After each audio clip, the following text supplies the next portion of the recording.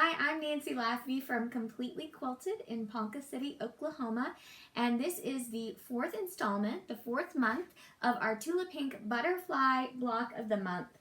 So this month you're going to get your fabrics and you're going to get my instruction sheet for all of my tips on page numbers and my hints on fabric placement. But today's video is going to highlight the new block, which is the intersection block. It's a new block we haven't made before.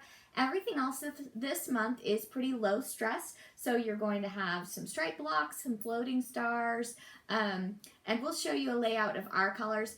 This is the layout of the intersection block, and it's made up of 4 log cabin style blocks with a center to kind of create a plus sign in the middle.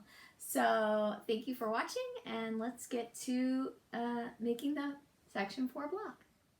So here's all my cut elements for your section 4. You're going to have your small log cabins, and notice that you have 2 different colorways that you're making this month.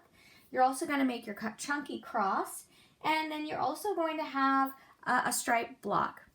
Also, it's important that you're cutting your background fabrics each month from the background that you're getting, and that you will have lots of half square triangles from your different fabrics for every month as well.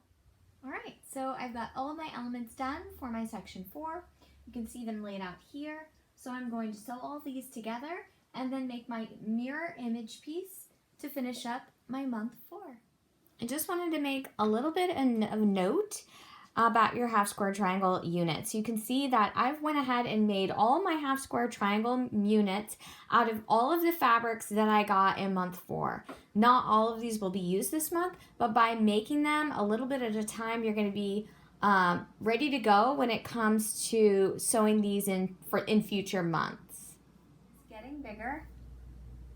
So my butterfly wings are getting bigger, and I've completed section 4. And so I'm ready to sew these sections together. I hope you've enjoyed making section 4, and we look forward to showing you some new techniques in section 5.